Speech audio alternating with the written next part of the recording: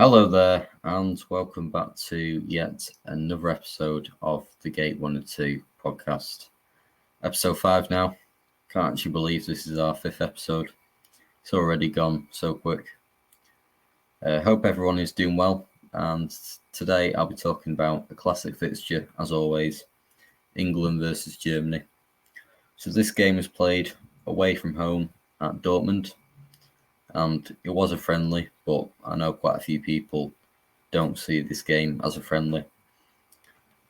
So this was quite a landmark for Gareth Southgate, as this was his first game as England manager on a permanent basis.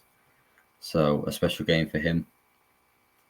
I know I mentioned it last episode, but the FA gave him a 4-year contract until the end of 2020.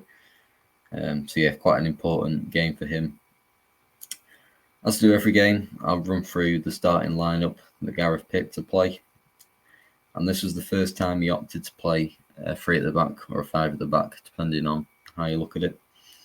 So it was Joe Hart in goal, a back 5, should we say, of Kyle Walker, Michael Keane, Gary Cahill, Chris Smalling, and Ryan Bertrand. And then it was sort of a box midfield. So Eric Dyer and Jake Livermore were the deeper two. And then Dele Alli and Adam Lallana were in front of them. And Jamie Vardy was up front on his own.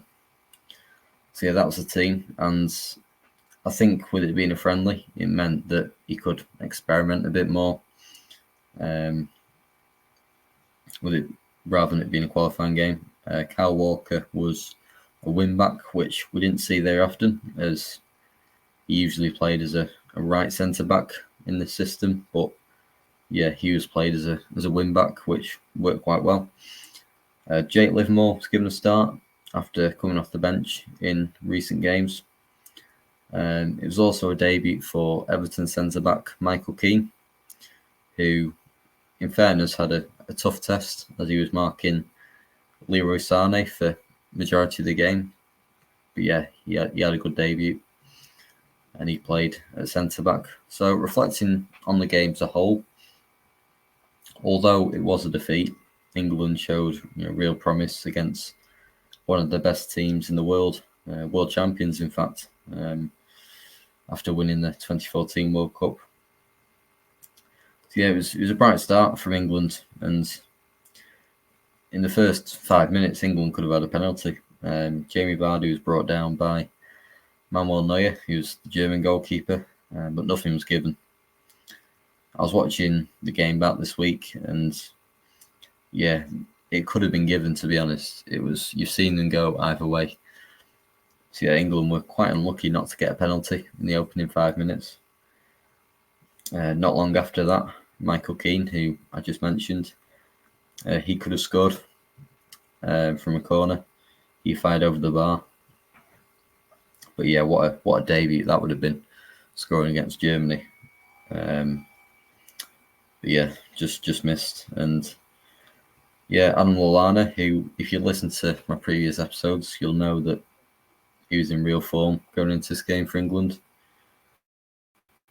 He hit the post and yeah, came really close to scoring. Lallana played sort of alongside Ali behind Jamie Vardy.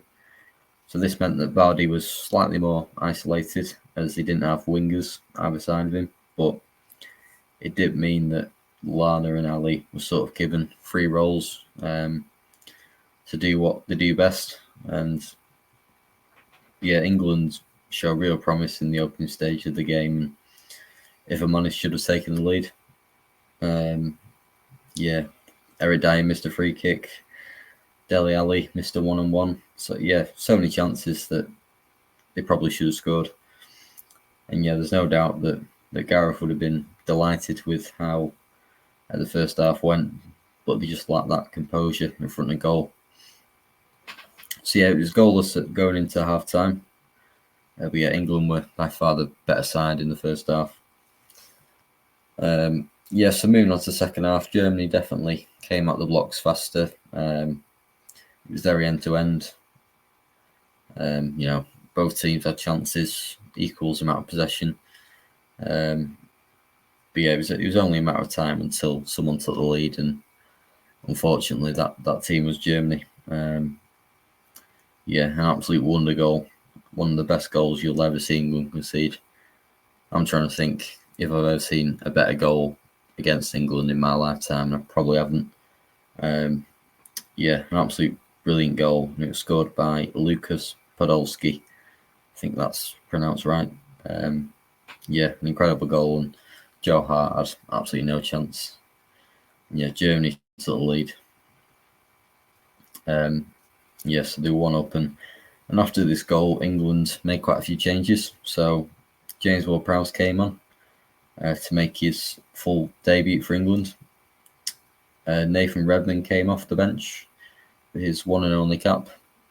So he had 2 debuts there, and finally Luke Shaw came on for Ryan Bertrand at left wing back, and he hadn't featured for England since September 2015. So it was a nice moment for him to return to the international stage for the final moments of that game.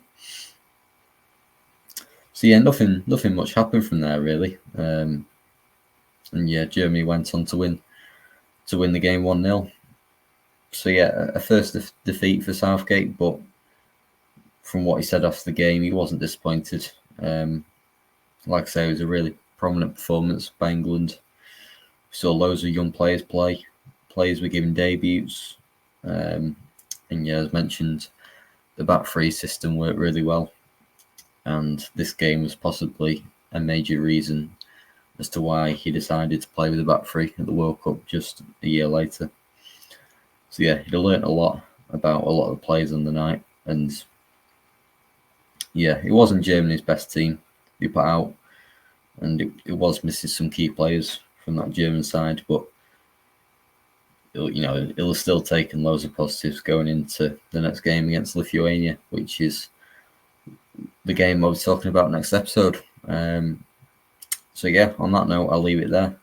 A massive thank you for listening as always. There'll be plenty more content coming your way soon, so do keep checking our social media, and I'll keep providing updates and on what's coming. But no, hope you've all enjoyed this episode, and have a great week.